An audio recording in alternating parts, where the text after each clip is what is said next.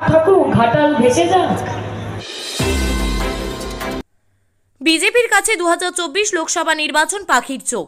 গাড়ি গাড়ি টাকা আসবে, আপনারা হাত ভরে টাকাও নেবেন, কিন্তু ভোট দিয়ে আসবেন মমতা বন্দ্যোপাধ্যায়কেই। বুধবার পশ্চিম মেদিনীপুর জেলার ঘাটালে কেন্দ্রীয় সরকারের বঞ্চনা প্রতিবাদ সভায় যোগ দিয়ে এমনই বিস্ফোরক মন্তব্য করলেন তৃণমূল সভানেত্রী সায়নী ঘোষ। এই দিন সায়নী একটি র্যালি সেরে বিবেকানন্দ মোড়ে কেন্দ্রের বঞ্চনার প্রতি সোচ্চার হন। বিরোধী দলনেতা শুভেন্দু অধিকারীকে আক্রমণের পাশাপাশি অন্যান্য রাজনৈতিক নেতাদের থেকে সম্পূর্ণ ভিন্ন আঙ্গিকে গান গেয়ে সভাস্থল মাতিয়ে তোলেন যুবনেত্রী।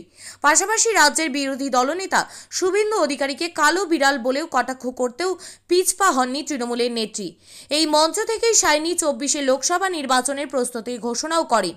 হাজার হাজার মানুষকে ভিড়ে কার্যত অবরুদ্ধ হয়ে পড়ে গোটা শহর।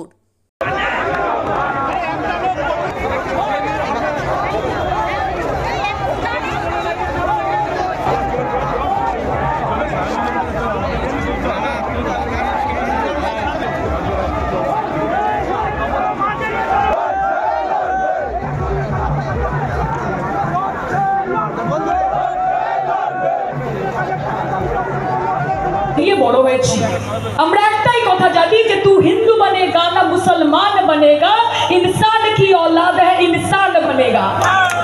আগে মানুষ হবে, তারপর হিন্দু মুসলমান করবে। আর শুভেন্দু অধিকারী নাম বললে দিন খারাপ ছিল,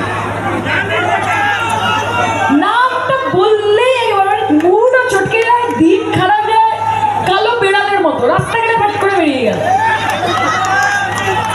মাথাটা গেছে। ওনাকে একটাই কথা বলতে চাই যে শুনুন, যাকে নিয়ে এত উৎসাহ করছেন তিনি আপনাকে 33টা পদ দিয়েছিলেন। আপনার বাড়ি, আপনার বাবা, আপনার ভাই শুভেন্দু অধিকারীর নামটা বাংলার মানুষ জেনেছে কারণ তার পেছনে মমতা ব্যানার্জি বলে একটা নাম ছিল। তাহলে কেউ ভালো থাকুক, তারা খারাপ থাকুক, ঘাটাল ভেসে যাক, তাতে তাদের কিছু যায় আসে না। ওই জন্য আমি বলি ইলেকশনের আগে এসে কানে কানে শুধু একবার বলো তুমি যে আমার, তুমি যে আমার, ওগো তুমি যে আমার। এটা বিজেপি বলছে ইলেকশনের আগে, বলছে ये दिल तुम बिन कहीं लगता नहीं, हम क्या